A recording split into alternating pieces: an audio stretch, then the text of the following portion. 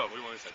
Tell about our friends that we met before we even started door knocking today. So yeah, while we were on our way to the buildings where we were going to knock on doors today, we happened to run into a group of young African American men. We decided we'd go over and talk to them, and tragically, it was an example of what's going on in our county with young African American men, many of whom find themselves incarcerated up in Clarksburg. But of the 5 men that we talked to, 3 of them were brothers, and 4 out of the 5 had criminal records. All of them were under 22 years of age. One of them is under house arrest and had a GPS anklet on. But they did point to a very, very serious problem. That is, once you've had a record, how do you get employment?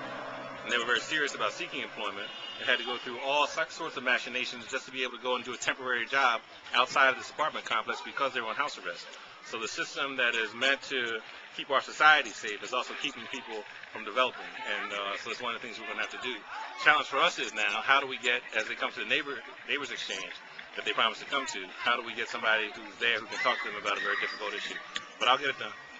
And so, we talked about what we really need, this idea of like an employer, you know, a generous employer or something. We need people who are able in their business to have entry-level positions that are helpful for them, but also who are willing to take a risk on people in order to restore them.